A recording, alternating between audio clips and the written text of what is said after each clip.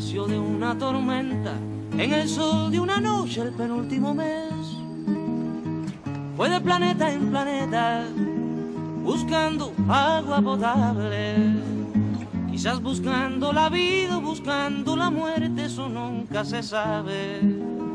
Quizás buscando siluetas o algo semejante que fuera adorable, o por lo menos querible, besable, amable.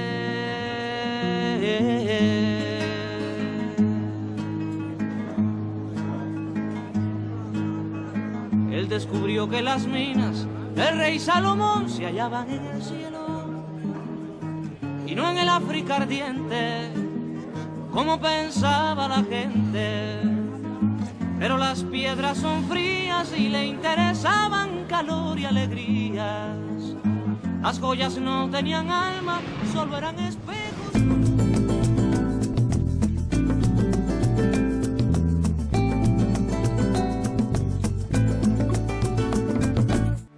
Yo soñé con aviones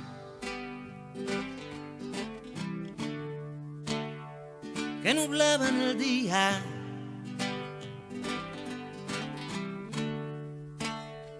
justo cuando la gente más cantaba y reía, más cantaba y reía.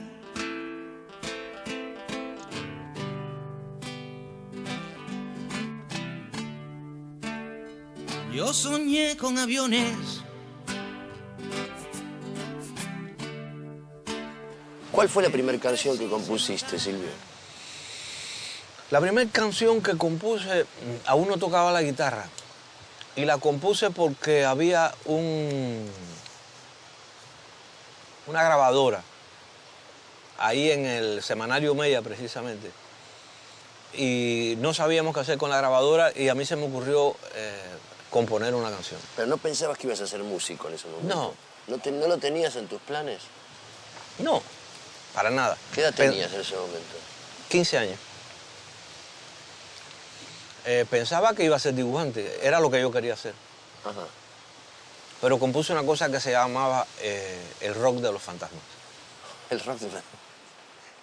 ¿De qué se trataba la letra? De fantasmas. No la tenemos grabada esa, ¿no? Nunca la vamos a tener grabada. No, está la letra por ahí. Silvio Rodríguez nació el 29 de noviembre de 1946 en San Antonio de los Baños, en Cuba. A los 18 años de edad comenzó a dedicarse profesionalmente a la música. Fue fundador de la Nueva Trova Cubana junto con Noel Nicola, Pablo Milanés, Martín Rojas, Eduardo Ramos y Vicente Feliu, entre otros. Entre el año 1968 y el 2011 grabó 27 álbumes.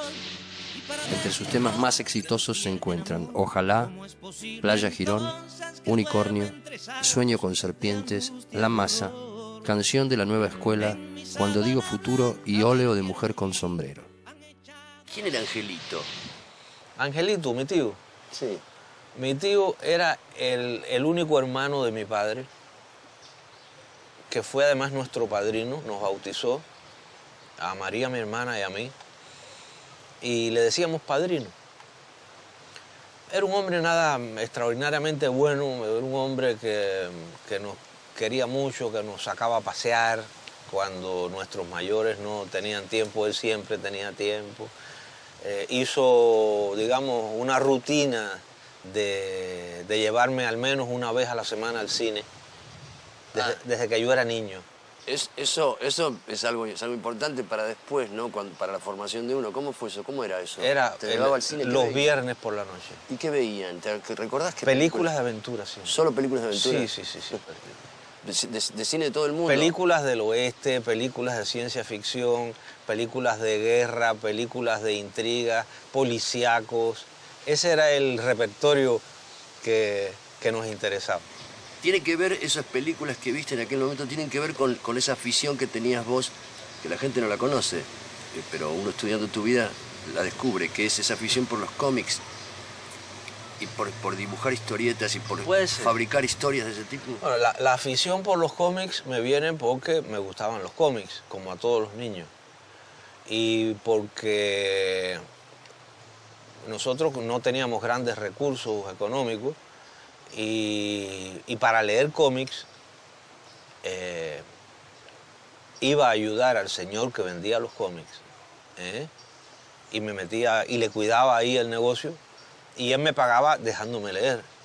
Y bueno, ya después cuando tenía mesada o cuando tuve algún dinero para comprar cómics, empecé a coleccionarlos también. Desde niño me gustaron mucho los cómics y las películas de aventura. Y después, cuando a la adolescencia, pues me hice dibujante de cómics. ¿Aprendiste dibujo? ¿Estudiaste dibujo? Aprendí con un extraordinario dibujante, ya desaparecido, cubano, el padre de la historieta cubana, que se llamó Virgilio Martínez. El mejor historietista que ha habido en Cuba en todos los tiempos. ¿Y trabajaste de dibujante? Trabajé a su lado. Llegué un día a la revista donde él trabajaba, era un semanario que se llamaba Mella, y le mostré mis dibujos. Y me dijo, ¿tú quieres aprender? Y le dije, sí. Entonces buscó una mesita de dibujo, la puso al lado de la de él, me puso un pomito de tinta china, unos lápices, unas cartulinas. Y dijo, bueno, ese es tu taller de aprendizaje, esta es mi mesa, mira cómo yo lo hago. ¿Te molesta mi amor de juventud? Y mi amor es un arte en virtud. ¿Te molesta mi amor sin antifaz? Silvio era dibujante de la revista. Hacía dibujos. Silvio siempre tuvo mucho amor por la plástica y siempre le gustó mucho dibujar, pintar. Además de componer. Todavía no componía. Ni creo que cantaba. Quizás cantaba alguna cosa con guitarra, pero todavía no era Silvio Rodríguez, era un dibujante de la revista Mella. Y yo era un redactor, hacía crítica de cine, yo escribía algún reportaje, algunas crónicas para la revista, y ahí nos conocimos. La promoción de las actividades de la secundaria la hacía Silvio, porque él era dibujante, dibujaba por una revista de la juventud que se llamaba Mella, y había un perrito simpaticísimo, se llamaba Pucho, que en todas las historietas de Virgilio Martínez, maestro de Silvio, en el dibujo, siempre terminaba levantando la patica y meando al imperialismo. Era una cosa simpaticísima. Y Silvio pintaba en la escuela el perrito con otras historias. Y entonces, como él pintaba perritos, no cantábamos, pero dibujaba los perritos, lo hicieron responsable de cultura y divulgación. Y como yo era fuerte, tenía este mismo antebrazo, pero con 14 años, me pusieron de responsable de trabajo voluntario. Y nos veíamos en los cortes de caña. Nos divertíamos cantidad porque alzábamos una cantidad de caña que siempre nos caía arriba. Por suerte nunca nos cortamos una mano. Pero era una manera también de llegar a eso que el Che inventó como el trabajo voluntario, ¿no? Que es tan bueno. No es que tú trabajes porque te paguen, sino en tu tiempo libre ayudes de alguna manera al país en ese tipo de trabajo. Viven muy felices, no digo yo, los que repiten la lección como aprendices, los que no buscan más allá de sus narices, viven muy felices, no digo yo, los que repiten un camino sin razones y ven la audacia como historias de canciones, viven muy felices, no digo yo, viven muy felices, no. Parece que el gusto por la música de Silvio empieza cuando pasa lo que nosotros llamamos el servicio militar obligatorio. Y a Silvio lo llama, casi estando en la revista Mella todavía, el servicio militar. Y se pasa 3 años. Y ahí empieza a hacer canciones. Quizás él tiene una canción que no es de entonces, pero que es de ahora, pero que se llama La guitarra del joven soldado. Dice en un verso, la guitarra del joven soldado es su mejor fusil. Es decir, que él ya veía también, ya es una idea de lo que iba a ser también la guitarra para él. Yo creo que ahí es donde empieza. Y ya, de ahí no puede parar. cuando yo me desmovilizo de las Fuerzas Armadas,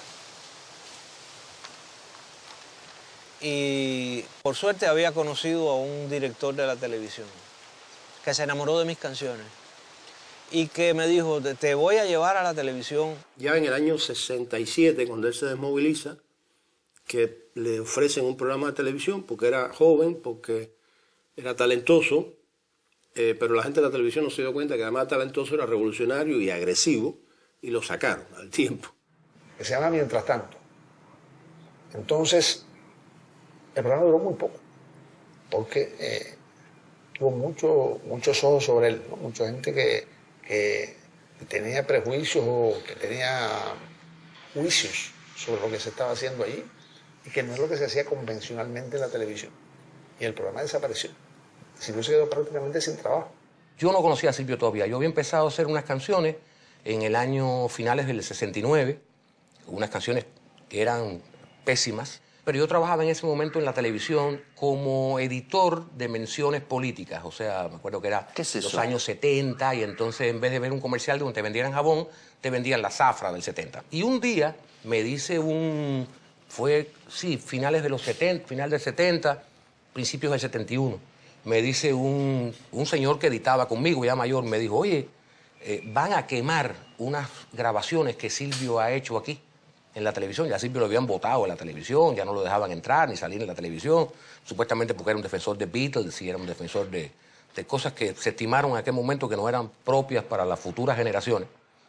Y hay una cantidad tremenda de cintas de Silvio cantando con orquesta y todo eso. Las han mandado a quemar. Si tú quieres, yo te las entrego y tú buscas la forma de dárselas a Silvio. Yo dije, esta es mi oportunidad de conocer a Silvio. Contame cómo fue el episodio en el que te echaron de la televisión. Porque la mitología dice, por lo menos a nosotros nos llegó, que vos por elogiar a los Beatles por elogiar a los Beatles, por algo tan sencillo como elogiar a los Beatles, ¿fue así tan así o no es verdad eso? ¿O es un mito? Eso se usó de pretexto, pero en la reunión salieron las verdaderas causas. ¿Cuáles eran? Era un combo, era un compendio de cosas. Cuando yo hice ese programa en que elogié a los Beatles, había ya un programa de radio que pasaba a los Beatles por la radio. Entonces no tenía sentido. En realidad lo que pasó fue que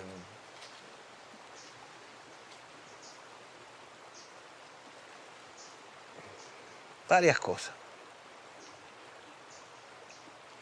Pasó que yo no me callaba.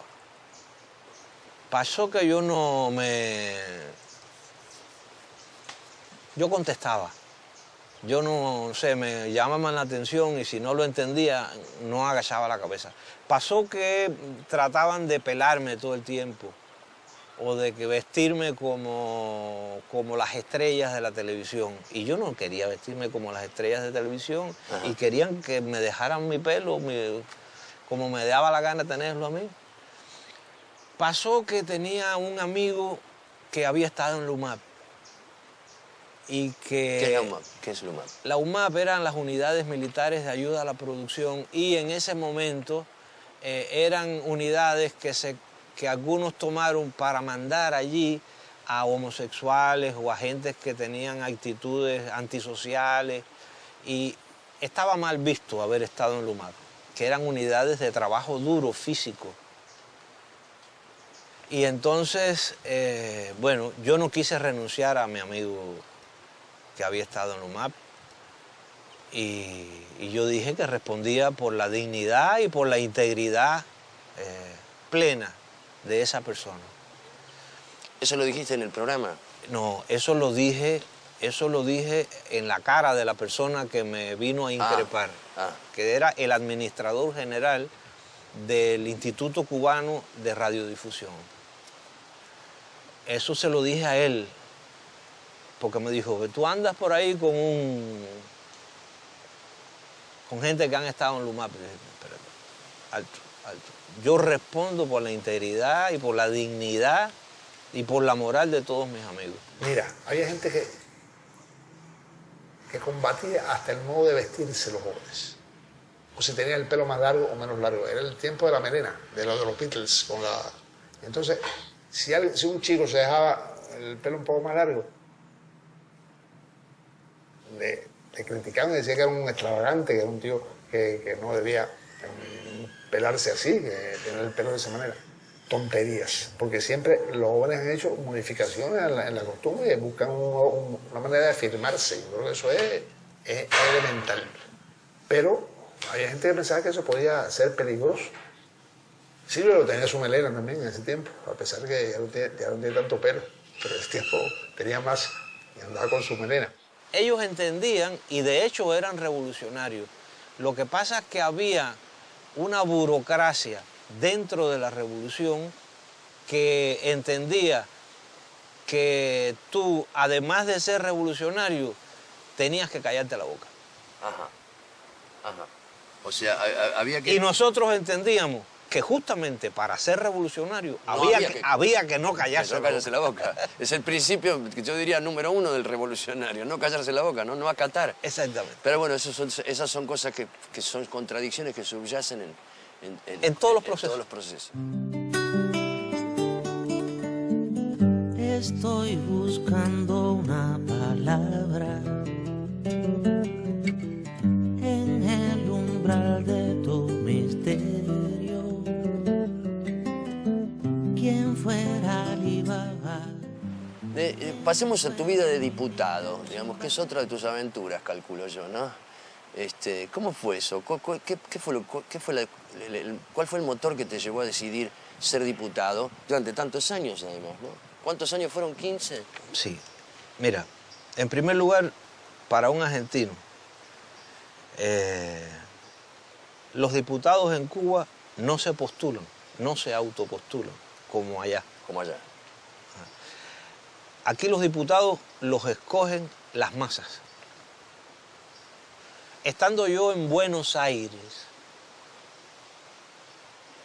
alguien me llamó por teléfono desde Cuba y me dijo que me felicitaba porque había salido diputado. Yo pensé que era broma y no le hice ningún caso. Y cuando llegué aquí resultó que era cierto, que había de las 6 organizaciones de masa, había como 5 que me habían propuesto.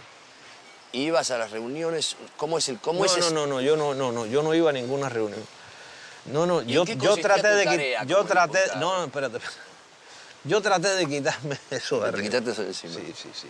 Yo traté de no ser diputado, porque no tengo vocación de político.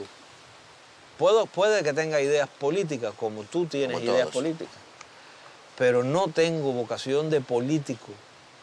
No me gusta esa vida para mí.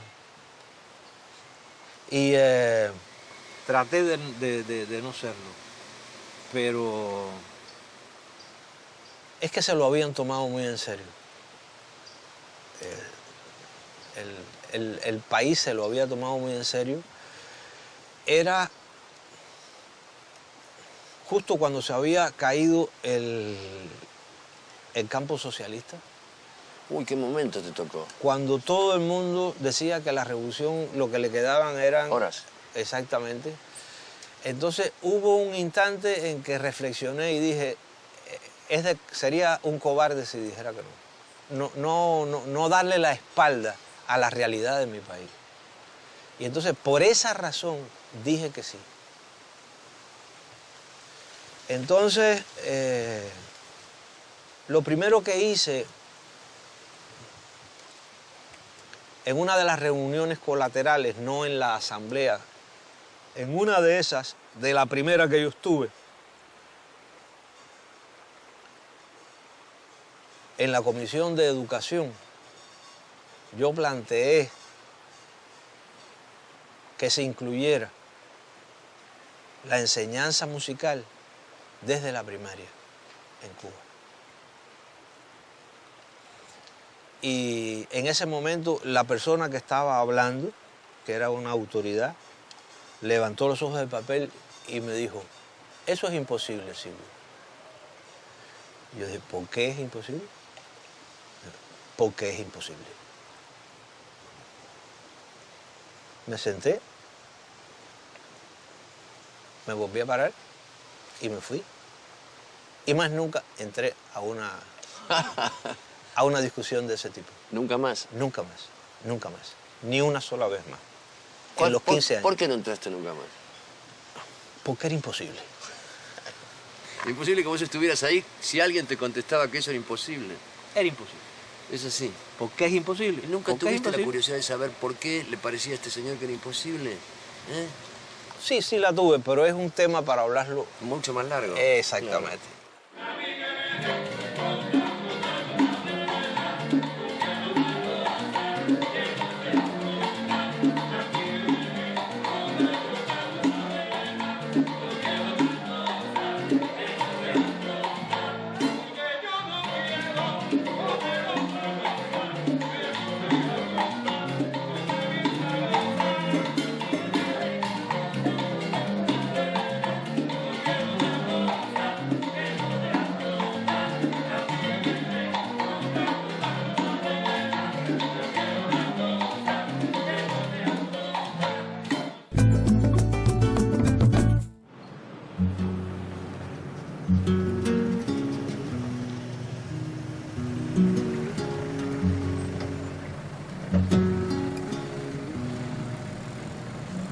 La gota de rocío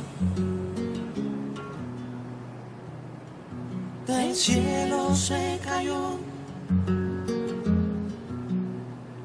y en ella el amor mío la carita se lavó. Pero era tan temprano que no salía el sol y se helaron las manos y mejillas de mi amor.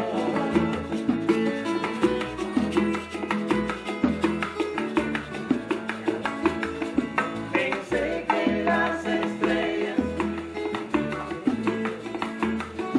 la iban a buscar. Y en ese momento clave, ¿no? El que decís que se cayó el muro y que el mundo socialista se iba derrumbando, ¿seguiste pensando que valía la pena esta idea?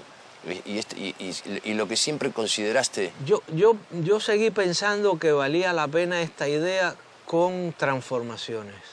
Pero eran cosas de las que me estaba dando cuenta desde hacía muchos años. Por ejemplo. Y no yo solo. ¿Me puedes dar un ejemplo? Y no yo solo. Un ejemplo, el miedo a que la gente se enriquezca. El miedo a que alguien gane más o que se cree un sector de personas que ganan más, porque después se puede convertir en un sector influyente en la sociedad. Pero eso no es una... Perdóname, Silvio, pero eso no es una de los pilares en los que está sostenido el socialismo, digamos. Todos somos iguales y todos ganamos lo mismo, estamos todos regulados. No, yo no creo, yo no creo que eso deba ser así. Ese es uno de los pilares en los que ha estado sustentado el socialismo que se ha ido a la mierda. Pero yo quiero un socialismo que no se vaya a la mierda. ¿Y no es un componente capitalista ese? No, ¿No? No, yo pienso que cada cual no debe, que todos no debemos tener lo mismo si no nos lo ganamos. Yo creo en el mérito. ¿Cuándo surgió esta nueva visión tuya? ¿En ese momento? No, surgió en 1968. ¿Ya? Sí, cuando vino lo que se llamó la ofensiva revolucionaria, en que toda la actividad económica se estatalizó. Pero cuando te digo toda actividad económica, hasta la de la persona que cogía una fritanguita así, se paraba y la vendía en 20 centavos. Eso se estatalizó. Entonces, eso dio lugar con que se creara una burocracia inmensa que nunca logró que la fritanguita que hacía aquel pobre señor supiera lo mismo. Claro. Y no solo eso, sino que por último terminó desapareciendo la fritanguita, porque el Estado dijo, ¿cómo voy a seguir gastando dinero? Y a nadie le interesaba. El problema es que la gente quiere defender lo que hace. Es muy difícil defender algo abstracto. Y yo creo que no está mal que si uno trabaja bien, y si uno se esfuerza, ya no sea en el trabajo, en el estudio, se esfuerza bien, se capacite y la sociedad reconozca el derecho de esa persona a tener el lugar que le corresponde. Me parece que es elementalmente justo. Y que el otro socialismo era una forma utópica, idealista de ver las cosas. Pero no soy yo. Aquí en Cuba hay mucha gente que piensa como yo desde hace muchísimos años.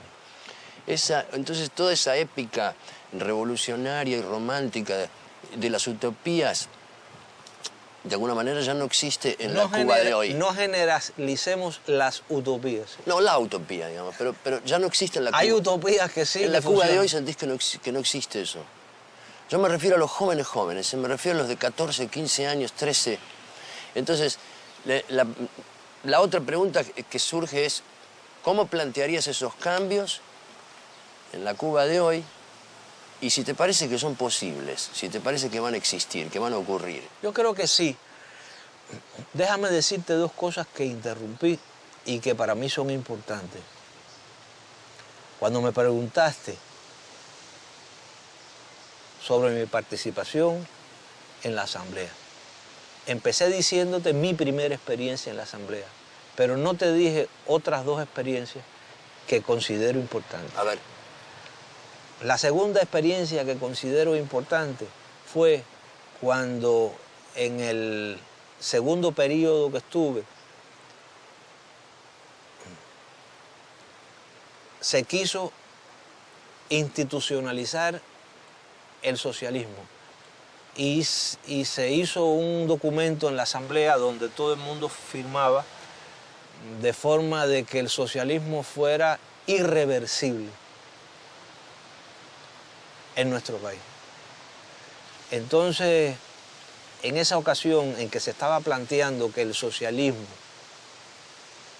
debía ser irreversible. ¿Irreversible qué quiere decir? ¿Perpetuo? Irreversible. Algo que no, para lo que no hay reverso. Cuando no se puede volver de eso, ya. ¿Y cómo se puede hacer eso en un país? Qué difícil. Bastante, ¿verdad? Puta. Sobre todo cuando son los hombres. Con los hombres, De pronto llegan otros y deciden lo contrario. Cosa, claro.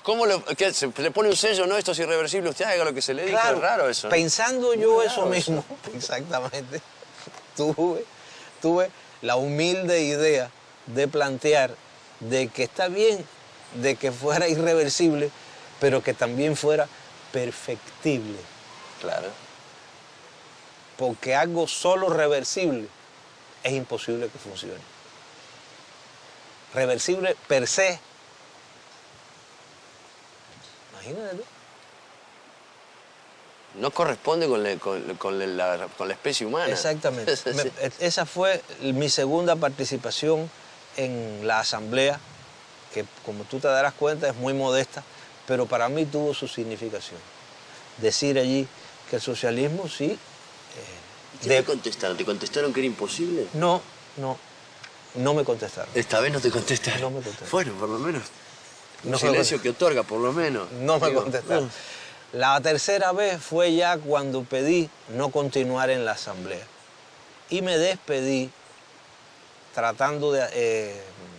proponiendo que la cultura hiciera visitas a nuestras prisiones periódicas y que hubiera porque eso permitía una revisión de las condiciones de las prisiones y porque eso para los presos que generalmente piensan que están olvidados de todo el mundo es muy bueno moralmente.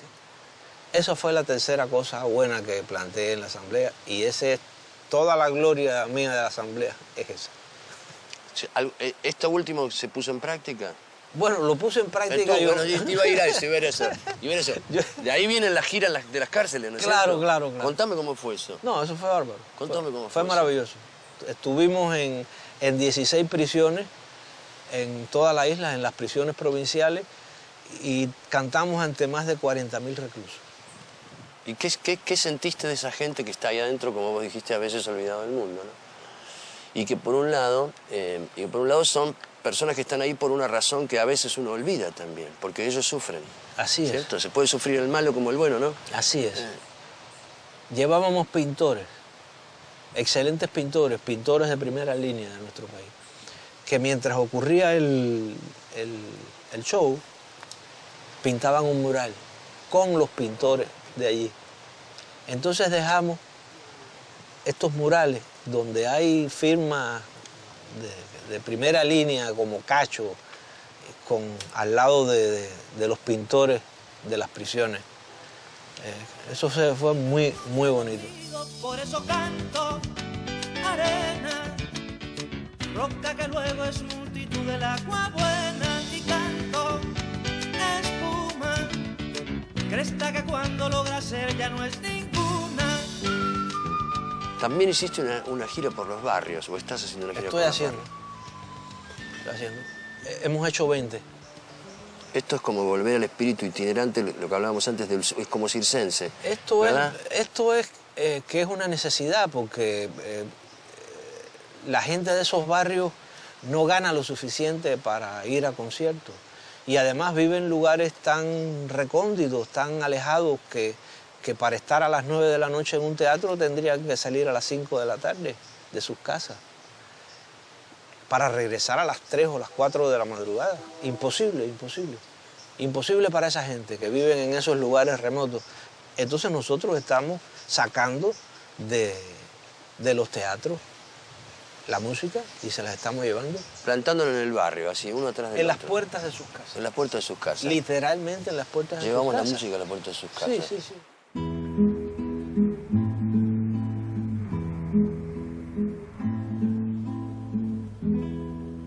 Como gasto papeles recordándote, como me haces hablar en el silencio, como no te me quitas de las ganas, aunque nadie me ve nunca contigo. Y como pasa el tiempo, que de pronto son años sin pasar tú por mí detenida. Te doy una canción si abro una puerta y de la sombra sales tú. Te doy una canción de madrugada cuando más quiero tu luz. Te doy una canción cuando apague. Mi esposa y yo llevamos 25 años de casados y nos conocimos en un concierto de Silvio Rodríguez en la Universidad de La Habana, con la canción que dice la estrofa: te doy una canción y digo patria. En ese momento conocí yo a mi esposa y a partir de ahí han transcurrido 25 años. Y transcurrido 25 años siguiendo escuchando a Silvio. Por eso cuando él vino a dar el concierto aquí ahora a la Timba hace unos meses, hará cuestión de 2 meses, fue un encuentro que volvimos a tener yo y mi esposa con él. Esa noche para nosotros fue maravillosa, pues. Fue como volver a 25 años atrás, que ya no estamos tan jóvenes como aquella época, pero todavía no tenemos el sentimiento ese hacia esa música. Y la pasamos muy bien. Y de verdad que eso que él está haciendo es como volver a cuando él empezó, porque Silvio siempre ha sido así. Él toca en los lugares donde el pueblo puede ir a verlo. Cuando él vino, se concentró en esta área de aquí de la esquina, en lo que es la Casa de la Cultura Nuestra, en el exterior, en la calle. Y ahí se unió toda la población de aquí, la más cercana. Había una gran cantidad de personas.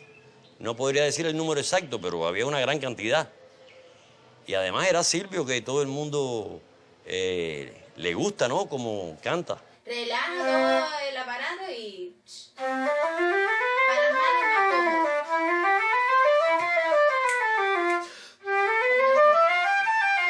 Abril, yo no sé si te he dicho eso. No es Abril, la canta contraído. No es así, porque hacer así ya es engolar y es contracción aquí. Suavecito, suavecito el cu. La gira por los barrios es ir a pararse en una esquina, es de los barrios más con más problemas de La Habana. Hasta ahora se han hecho 20 conciertos. Y es un lugar que escoge el equipo de trabajo de Silvio, de producción, escoge un lugar y que esté así, que la gente, pues nada, pues las casas no sean las mejores, que tengan pues problemas, sí, barrios con problemas. Y ahí se monta una tarima y ahí se hace un concierto. Para la gente de la calle, o sea, son conciertos que la gente ve desde los portales de sus casas. Se encaraman en el techo y ven los conciertos del techo de las casas. O sea, a veces no tienen ni que salir a la calle porque está justo en la puerta de su casa, ¿no? Y entonces en esos eventos también se siente, ¿sabes? Esa cosa, esa gratitud de las personas por eso, por haber ido hasta allí y por hacer eso. Y también hay una cosa, que es que a lo mejor esas personas que viven en esos lugares nunca se hubiesen movilizado ellos mismos para ir a un concierto de Silvio o a escuchar ese tipo de canciones. Prefieren otro tipo de música. Pues no sé, oyen otras cosas. Y entonces eso también, desde el punto de vista cultural, les abre una ventana. Es como si tú les enseñaras, mira, no sé, sin hacer nada. Pues bueno, hay esto también. Y siempre yo creo que siempre lo van a recordar.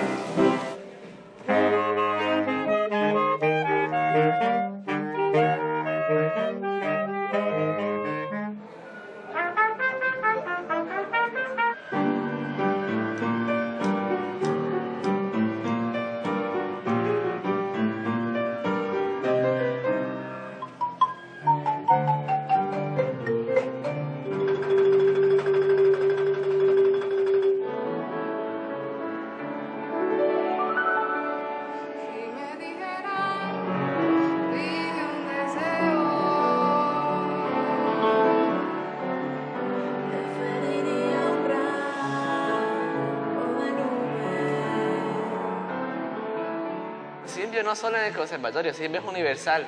Cualquiera que te encuentres en este país, te preguntas por Silvio Rodríguez y sabes quién es, y las canciones, porque el pueblo se identifica con esas canciones. Y en mi vida, los valores que él transmite en esas canciones, las enseñanzas, me han enseñado tanto que a punto que te da las decisiones que uno debe tomar en la vida, con esa enseñanza que tiene.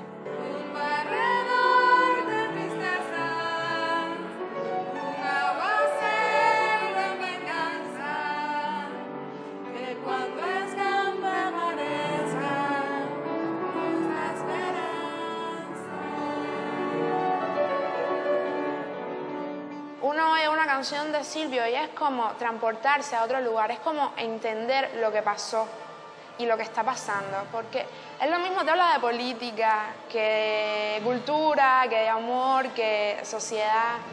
Es un artista muy completo, de verdad.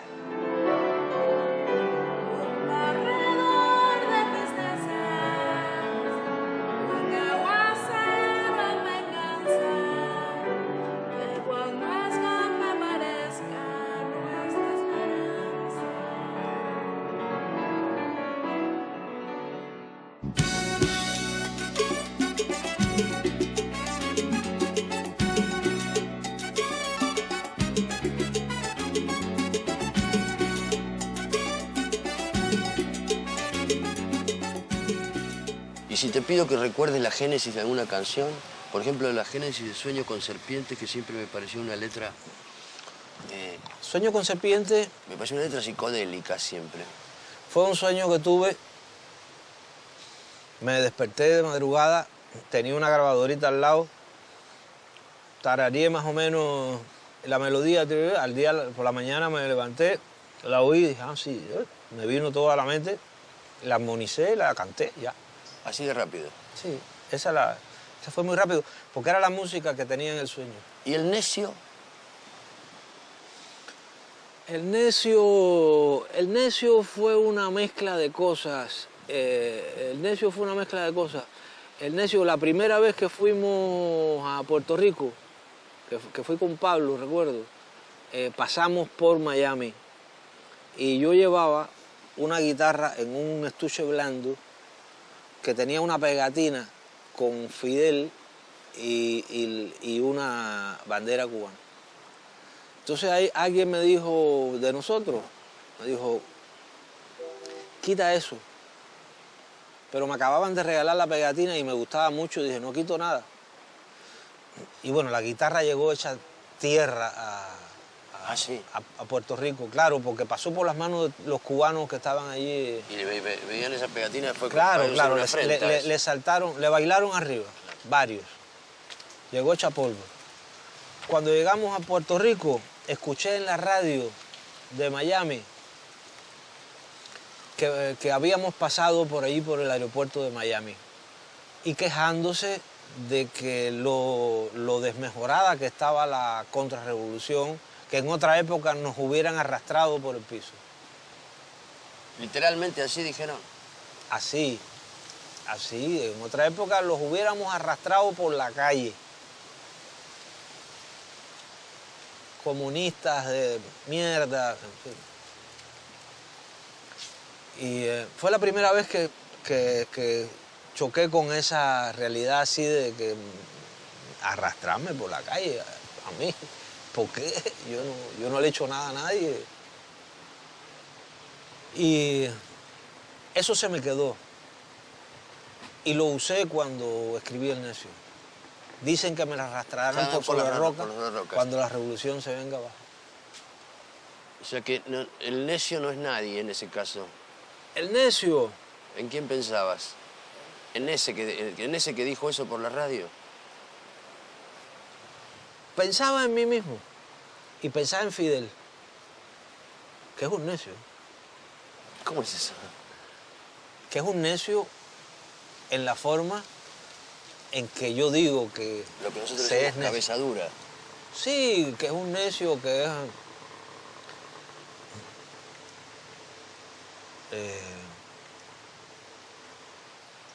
¿Será que la necedad parió conmigo? Parió conmigo.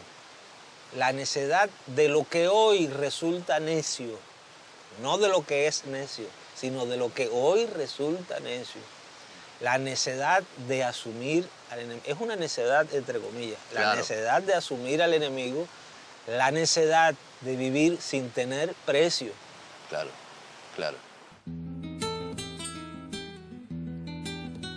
Dicen que me arrastrarán por sobre rocas cuando la revolución se venga abajo, que machacaran mis manos y mi boca, que me arrancaran los ojos y el badajo. ¿Será que la necedad parió conmigo? La necedad de lo que hoy resulta necio, la necedad de asumir al enemigo. Mi papá tiene una facultad, que yo no sé hasta qué punto es una facultad o todo lo contrario, de abstraerse, incluso estando aquí, de pronto él hace así y como que se va, y a lo que yo le llamo que él es marciano, que es una cosa que heredé de mi mamá, que siempre dijo que él era marciano. Y es que eso, que tú estás hablando con él y él de pronto se va. Y yo creo que esa misma facultad de estar en un lugar y que la gente conversando y eso, de poderse ir y abstraerse a otro mundo, yo creo que a lo mejor también en el proceso creativo, a lo mejor eso también lo ha ayudado. ¿Qué sentís que hiciste y que te deja conforme con el balance de tu vida? ¿Y cuál sería la asignatura pendiente a tus 65 años? Tengo varios discos que no he terminado, los quiero terminar. Y necesito un poco de tiempo para hacer nuevas canciones. Sueña